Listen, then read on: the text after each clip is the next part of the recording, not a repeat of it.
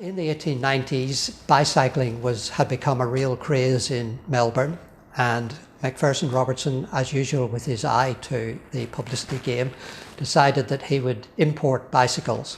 So he began importing American Monarch bicycles and heavily advertising them. He also began to link cycling with his products, in particular with his chewing gum, putting forward the theory that chewing gum was of great benefit to cyclists and other athletes. And so there are many advertisements featuring cyclists and chewing gum. MacRobertson was quite favourably disposed to female cyclists, and in fact he sponsored female cycling road races. And in his advertisements, particularly for his chewing gum, they very often featured female persons on bicycles.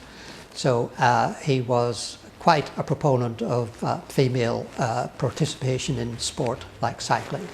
He also introduced so-called sociable or companion bicycles, which involved two people sitting side by side on one bicycle.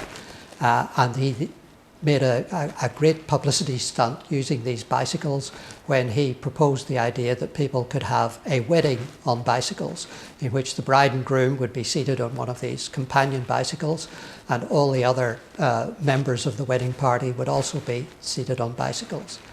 MacRobertson started a cycling school to go along with his selling of bicycles, and he hired a gentleman, Professor Eckstein, who was running the cycling school. The cycling school would teach things like musical cycling, cycling quadrilles, dancing cycling, and illuminated cycling.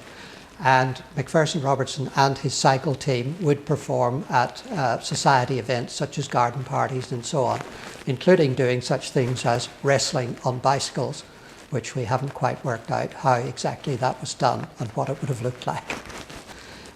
The bicycle craze didn't last all that long, and by the early 1900s was starting to die down.